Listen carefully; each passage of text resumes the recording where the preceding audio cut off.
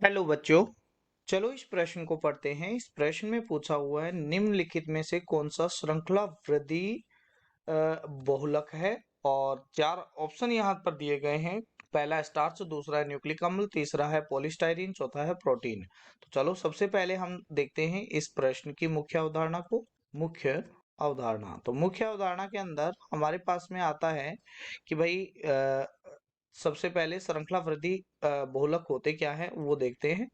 तो श्रृंखला बहुलक, तो श्रृंखला वृद्धि बहुलक होते हैं वो होते हैं जिनमें अनेक एकलक इकाइयां आपस में जुड़कर जुड़कर बहुलक बनाती है तथा इसमें किसी भी सह उत्पाद का निर्माण नहीं होता है।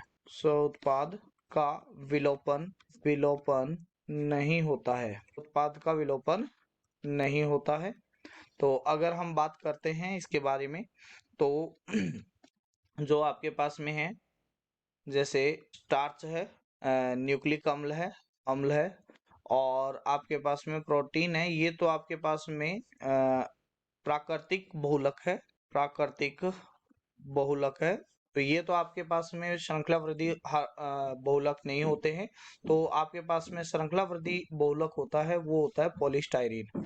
तो इसका जो उदाहरण होता है वो होता है आपके पास में पॉलीस्टाइरीन। पॉलीस्टाइरीन है वो इसका उदाहरण है।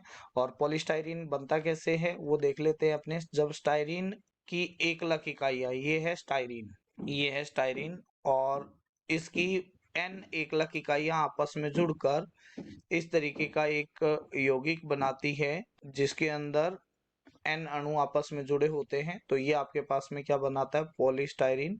और ये है इसके एकलक इकाई को बोलते हैं स्टाइरीन। एकलक इकाई को बोलते हैं स्टाइरीन। तो यहाँ पर थर्ड ऑप्शन है वो सही हो जाएगा, पॉलीस्टाइरीन, जो एक श्रृंखला वृद्धि बहुलक है। आशा करते हैं मुख्य अवधारणा के आधार पर आपको इस प्रश्न का उत्तर समझ में आया होगा।